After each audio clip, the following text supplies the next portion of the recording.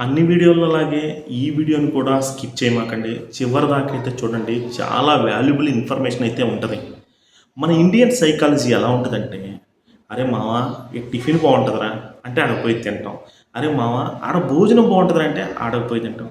అరే మావా అక్కడ బట్టలు బాగుంటాయంటే అవి తీసుకుంటాం.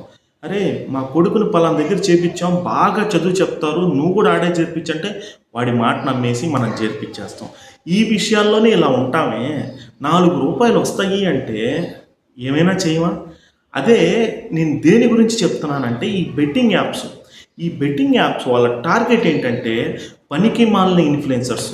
అసలు వాళ్ళకి ఏది లేని సిగ్గు శరం ఏమీ లేని ఇన్ఫ్లుయెన్సర్స్ని సెలెక్ట్ చేసుకుని వాళ్ళ ద్వారా బెట్టింగ్ యాప్స్ని ప్రమోట్ చేస్తారు. మనం కామనే కదా, ఇండియన్ సైకాలజీ గురించి నేను ముందే చెప్పాను కదా. వాళ్ళు ఏం చేస్తారు అంటే, ఓకే వాడికి డబ్బులు వస్తున్నాయి కదా మనకు కూడా వస్తాయేమో అని చెప్పి జేబులో డబ్బులు డిపాజిట్ చేసుకుని ఈ ఆన్లైన్ బెట్టింగ్స్ ఆడేసి డబ్బులు పోగొట్టుకుని ఇంట్లో అన్నది సేవింగ్స్ లాగేసుకుని, చెల్లిది సేవింగ్స్ లాగేసుకుని, అమ్మా నాన్నల సేవింగ్స్ లాగేసుకుని రోడ్డు మీద పడిపోతారు. కొంతమంది అయితే ఈ బెట్టింగ్స్ యాప్ వల్ల ఆత్మహత్య చేసుకున్నారని కూడా తెలియదు, ఎందుకంటే వాళ్ళ దగ్గర సాక్ష్యాలు ఉండవు. కొంతమంది అయితే లెటర్లో అయ్యి రాసి చనిపోతూ ఉన్నారు. ఈ చనిపోయిన వాళ్ళే లెక్కలో ఉన్నారు. ఇలా చెప్పకుండా, అసలు దీని గురించి తెలియకుండా మనసులో బాధపడి చనిపోయిన వాళ్ళు వందల వేలల్లో ఉంటారు నెలకి.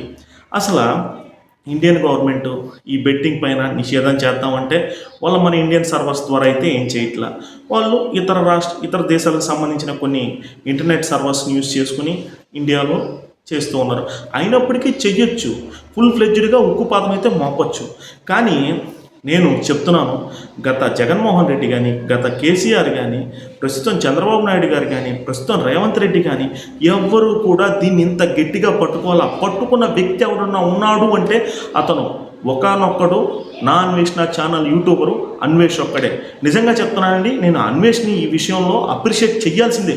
మన 2 తెలుగు రాష్ట్రాల ప్రజలు ఖచ్చితంగా మన తెలుగోడు దీని గురించి ఈ విధంగా పోరాడుతున్నాడంటే ఖచ్చితంగా మనం అతన్ని అప్రిషియేట్ చేయాల్సిందే.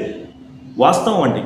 ఎందుకంటే అతను బెట్టింగ్ యాప్లు ప్రమోషన్ చేయడు, యూట్యూబ్ ద్వారా వచ్చే డబ్బులతో ఎలా బతకొచ్చో కూడా చూపిస్తున్నాడు. ఇలాంటి వ్యక్తుల్ని ఆదర్శంగా తీసుకోవాలే కానీ, అంటే అతను కూడా కొన్ని ఈ చేస్తూ ఉంటాడు, కొన్ని తప్పులు అతనికే ఉంటాయి. బట్ ఏంటంటే ఈ బెట్టింగ్ యాప్ల గురించి అతను చేసిన ఏదైతే ఫైట్ అనేది ఉందో ప్రస్తుతం ప్రతి ఒక్కరు కూడా అప్రిషియేట్ చేస్తున్నారు. ప్రతి ఒక్కరికి మైనస్ ప్లస్ ఉంటాయి, అతనికి మైనస్లు ఉన్నాయి. బట్ నేను అతనిలో నుంచి ప్లస్నే తీసుకుంటున్నా. కాబట్టి ఇక్కడ ఏంటంటే ఈ బెట్టింగ్ యాప్ల పైన ప్రమోషన్స్ చేయడం తప్పు అని చెప్పి గత 3 సంవత్సరాల నుంచి చెప్తానే ఉన్నాడు. చాలామంది యూట్యూబర్స్ మీద ఫైట్ చేస్తానే ఉన్నాడు. ఫైనలీ గెలిచాడు అతను. నిజంగా అండి, ఎందుకంటే 2 తెలుగు రాష్ట్రాల్లో సీఎంలు కూడా అతను చేస్తున్న దానికి ఓకే సూపర్ అనే విధంగా వచ్చారు అంటే నిజంగా చెప్తున్నా, నేను అప్రిషియేట్ చేస్తున్నా ఈ అన్వేష్ని.